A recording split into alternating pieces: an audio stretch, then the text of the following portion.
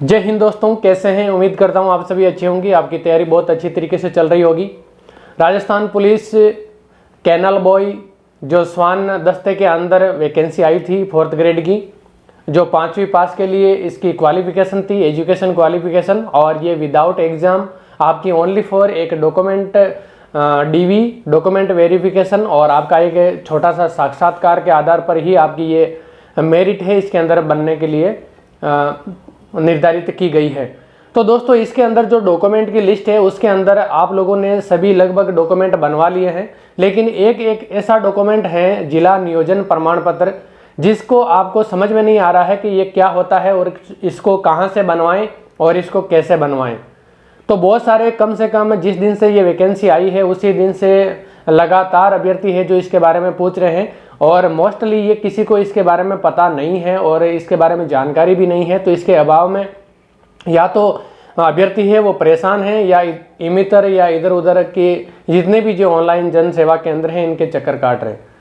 तो दोस्तों, मैं आप लोगों को यहाँ पर बताना चाहूँगा, जितना मैंने जानकारी हासिल की है, मैंने किसी से माध्यम से किसी से पूछा है, किसी से ये जानकारी प्राप्त की है, तो मुझे जहाँ तक यही बताया गया कि जिला नियोजन प्रमाण पत्र जैसे हम लेबर कार्ड बनाते हैं तो उसके अंदर किसी एक नियोक्ता के द्वारा आपका कम से कम वहाँ पर उसके अंडर में काम किया हुआ होना चाहिए आपका माता पिता का, और उसके बाद में वो आपका लेबर कार्ड बनाने के अंदर आपको वहाँ पर उसको दस्तावेज को लगाना होता था। उसी के आधार पर और उसी के जैसा ही ये जिला नियोजन प्रमाण पत्र होता है, जिसका तहत ये बताया जाता है या ये अनुमान लगाया जाता है कि ये इस ज़िले का निवासी है और ये इस ज़िले के अंदर रहता है और इसने ये एजुकेशन क्वालिफिकेशन हासिल कर रखी है और ये काम करने के योग्य है, ये काम कर सकता है। तो ये नियोजन है प्रमाण पत्र, ये हमारा जिला रोजगार जो केंद्र है जो हर डिस्ट्रिक्ट हेडक्वार्टर के अंदर होता है, वहाँ पर ये आपका बनेगा और वहाँ से आपको ये बनवाना पड़ेगा। तो आप, अगर आपके पास में कोई भी जन सेवा केंद्र है जिसके तहत, या आपका ई मित्र हो, चाहे जन सेवा केंद्र कोई भी जो तहसील स्तर के ऊपर भी होते हैं, तहसील के अंदर भी होते हैं, तो आप एक बार पहले तहसील स्तर पर जाकर वहाँ पर जो जन सेवा केंद्र है उसके अंदर आप इसके बारे में पता करें। वहाँ से आपको इसके अंदर 100% हेल्प मिलेगी। और अगर वहाँ पर नहीं होता तो जिला रोजगार जो हमारा केंद्र होता है उसके अंदर आपका ये जिला नियोजन प्रमाण पत्र है बन जाएगा और आपको बिल्कुल चिंता करने की जरूरत नहीं है। अभी आपके पास में बहुत टाइम है। आप आपके साथ में आपके डॉक्यूमेंट, आपके 10th की मार्कशीट या 5th की मार्कशीट, उसके बाद में आपका आधार कार्ड, पहचान पत्र, फोटो वगैरह, ये सारी चीज़ें आप साथ में लेकर जाना और वहाँ पर ये आपकी प्रक्रिया जो भी उनको स्टेप्स फॉलो करने हैं वो फॉलो करके आपका ये जिला नियोजन प्रमाण पत्र है ये बना दिया जाएगा और आप आराम से डॉक्यूमेंट वेरिफिकेशन के अंदर इसको साथ में लेकर जा सकते हैं। इसके अलावा मैंने जितने भी जो भी देखे हैं, जितने भी जो डॉक्यूमेंट की रिक्वायरमेंट है, वो सारे डॉक्यूमेंट की रिक्वायरमेंट मैंने देखी है कि उसके अंदर क्या क्या मांगे हैं।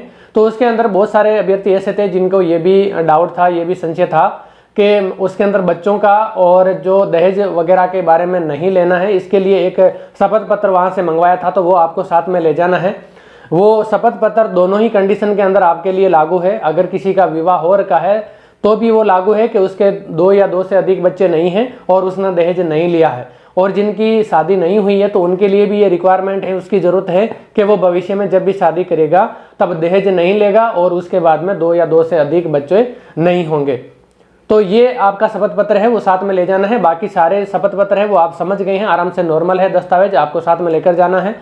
उम्मीद करता हूँ ये आपको समझ में आया होगा, ये आपका जो डाउट था ये क्लियर हुआ होगा। उसके बाद में बहुत सारे अभ्यर्थी ये भी पूछ रहे थे कि सर हमारे इंटरव्यू के अंदर हमें कैसे क्वेश्चन पूछा जाएगा और इंटरव्यू का केंद्र कहाँ आएगा। तो दोस्तों मैं बता दूं, ये ऑल राजस्थान के लिए एक विशेष जो मुख्यालय है, पुलिस का विशेष मुख्यालय के द्वारा ये वैकेंसी आई है। जो CID-IB या CID-CB के अंदर जो स्वान स्क्वाड होता है, जो डॉग स्क्वाड होता है, स्वान दल होता है, दस्ता होता है, उसके अंदर ये वैकेंसी है।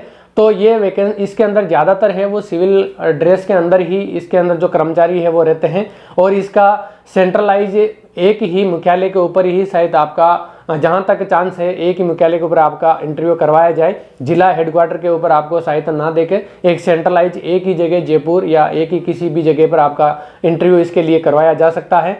और इसके अंदर जो क्वेश्चन है वो नॉर्मली आप अपने बारे में पता होना चाहिए, आपकी एजुकेशन क्वालिफिकेशन के बारे में पता होना चाहिए। उसके बाद में आप जहाँ पर रह रहे हैं उस ज्योग्राफिकल एरिया, उस सोशल सोसाइटी, उसके बारे में आपको पता होना चाहिए। और उसके बाद में राजस्थान का नॉर्मल आपका जितना भी जो सामान्य अध्ययन है ये आप एक बार जरूर पढ़ें, क्योंकि यहाँ से आपको थोड़े से क्वेश्चन पूछे जा सकते हैं। बाकी इसके अंदर कोई बहुत ही ज़्यादा हार्ड एंड टफ आपका यहाँ पर इंटरव्यू नहीं होने वाला है। तो आप नॉर्मल राजस्थान का अध्ययन पढ़ लें और उसके बाद में आप खुद के बारे में, अपने परिवार के बारे में, आपके गांव, तहसील, जिला और आपका जो समाज है उसके बारे में थोड़ा सा अध्ययन करें, उसके बारे में थोड़ी सी जानकारी हासिल करें। और उसके बाद में आप अपना एक्सपीरियंस वगैरह अगर कोई है तो उसको एक अच्छा सा ब्रीफ तैयार कर लें कि मैंने यहाँ पर काम किया है, इतने दिन किया है और ऐसे ऐसे काम किया है, तो वो भी आप वहाँ पर बता सकते हैं। ये आपके लिए इंटरव्यू के अंदर जो मोस्ट प्रोबेबिलिटी जो बनती है क्वेश्चन की पूछे जाने की इंटरव्यू के अंदर, वो यही है। इसके बाद आपका ज़्यादा कुछ भी नहीं आएगा। तो आप निश्चिंत होकर आप अपने फिजिकल